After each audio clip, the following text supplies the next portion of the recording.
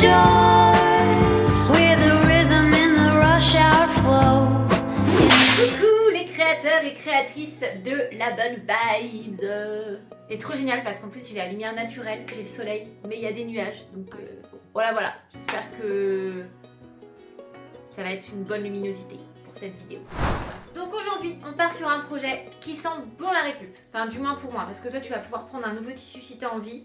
Mais moi, j'avais encore plein de tissus, de chutes de tissus, de vêtements que je ne porte plus. Et là, j'avais un vêtement que je ne portais plus, qui était noir. C'était de la viscose en termes de tissu, donc j'avais envie de me faire un petit foulard et j'avais donc envie de te le partager. Donc, on part sur un projet pour faire un foulard.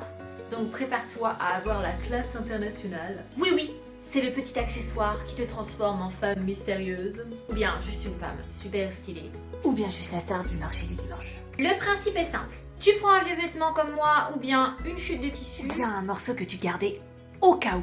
Oui, on a tout ça dans nos placards. Et on lui donne une nouvelle vie. Et cette fois-ci, autour du cou. Tu peux bien entendu utiliser le vêtement que tu veux. Personnellement, je préfère le tissu viscose pour les types de foulards qui soient tout fins, mais tu peux très bien utiliser du coton, même utiliser du satin, de la soie, tout ce que tu veux. Bon, assez parlé. Pour faire un foulard de 50 cm, parce que oui, on va faire un petit foulard que tu pourras mettre autour du cou, ou bien tu peux utiliser également en guise de cache-misère sur tes cheveux, ou non, juste en bandeau sur tes cheveux si tu as envie. Si tu as envie de plus long, tu peux faire jusqu'à 60 cm, tu peux même faire jusqu'à 1 mètre. Fais ce que tu veux. Mais pour ce tuto, on va faire un foulard donc de 50 cm. Et le patron, c'est roulement de tambour.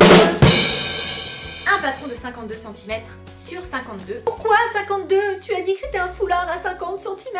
Simplement parce qu'on est des génies de la couture et qu'on prévoit tout simplement les marges. Donc tu prends ton tissu, tu dessines un joli carré de 52 x 52 cm. Découpe notre carré avec nos magnifiques ciseaux de couture. Ceux qui, rappelons-le, ne servent pas à couper du papier. Oui, je te vois.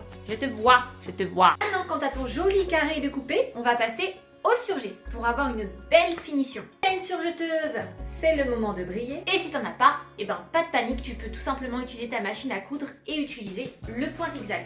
Ça fera parfaitement le job.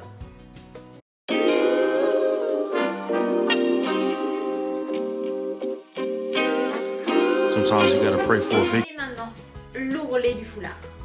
C'est un ourlet qui est très petit, sur 0,5 mm.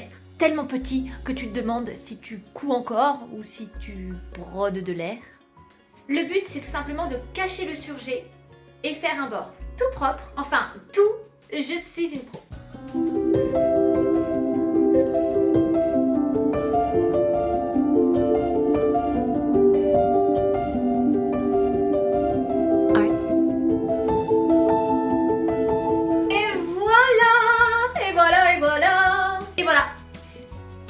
Et cousu main, prêt à twister n'importe quelle tenue, que ce soit chic, détente, ou bien j'essaie de cacher le fait que j'ai pas coiffé mes cheveux. En plus, tu recycleras tes tissus et tu pourras dire fièrement, c'est moi qui l'ai fait. Oui, c'est bien moi.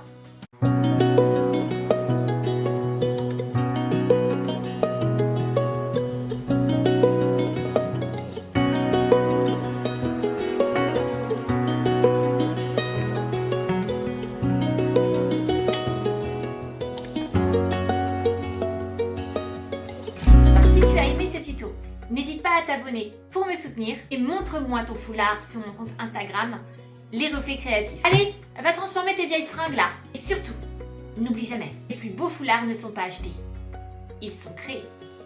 Ciao!